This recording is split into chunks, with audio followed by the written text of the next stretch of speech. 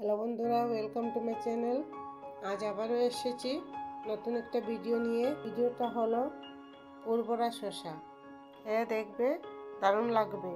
ভিডিওটা শুরু করার আগে আমার চ্যানেলটাকে সাবস্ক্রাইব করবেন আর লাইক শেয়ার কমেন্টও করবেন। তাহলে চলো ভিডিওটা শুরু করা যাক।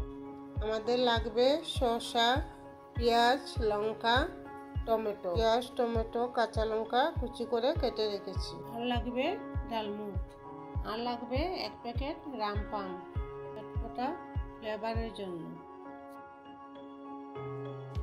আমি ওই পাঁপড়টা নিয়েছি, আপনারা যে কোনো একটা পাঁপড় নিতে পারবেন। পাঁপড়টা ভেজে ছোট ছোট করে বাটিতে রেখেছি। আমি 1 বাটি চিড়ে ভরা তেলে ভেজে বাটিতে রেখেছি।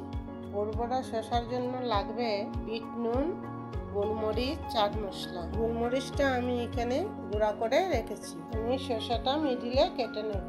আমি যেভাবে শসাটা কেটেছি সেম আপনারাও কাটবেন।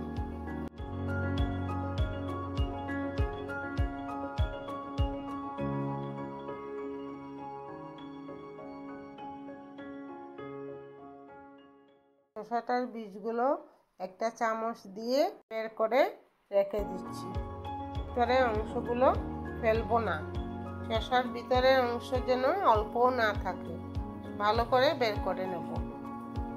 দেখুন সেম এইভাবে।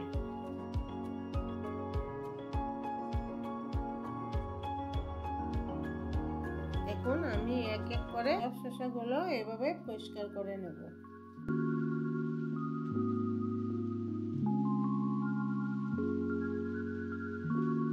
বলেছিলাম না শসার ভিতরে অংশগুলো ফেলবো না।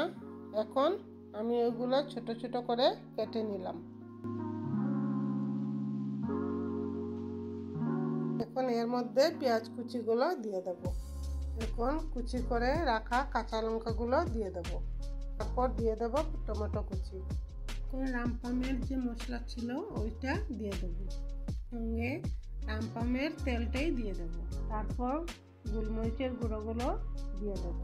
আর দিয়ে দেব চাট মশলা আর বিট নুন।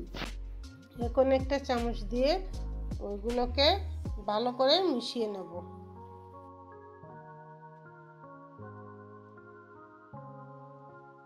এখন আমি তৈরি করে নেব উর্বরা শসা। এর জন্য আমি প্লেটে শসাগুলো নিয়ে নিলাম। এখন শসার মধ্যে পুরগুলো দিয়ে দিচ্ছি।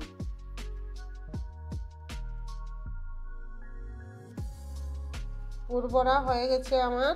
এখন এই পুরের মধ্যে ভাজা চিড়াগুলো দিয়ে দেব। তার উপরে রামপাম আর পাঁপড় দিয়ে দেব। তার উপরে অল্প ডালমুট দিয়ে দিচ্ছি। তো এই দেখুন তৈরি হয়ে গেল আমার পুর ভরা শসা। আপনারাও এইভাবে ঘরে বানিয়ে দেখবেন, অনেক ভালো লাগবে। এই পুর ভরা শসাটা আপনারা গরমের টাইমে যখন তখন বানিয়ে খেতে পারবেন। আশা করি আমার ভিডিওটা আপনাদের ভালো লাগবে। অবশ্য আমার চ্যানেলটাকে সাবস্ক্রাইব করবেন, লাইক শেয়ার কমেন্টও করবেন। আমি আবার আসব নতুন ভিডিও নিয়ে। তাহলে দেখা হবে পরের ভিডিওতে।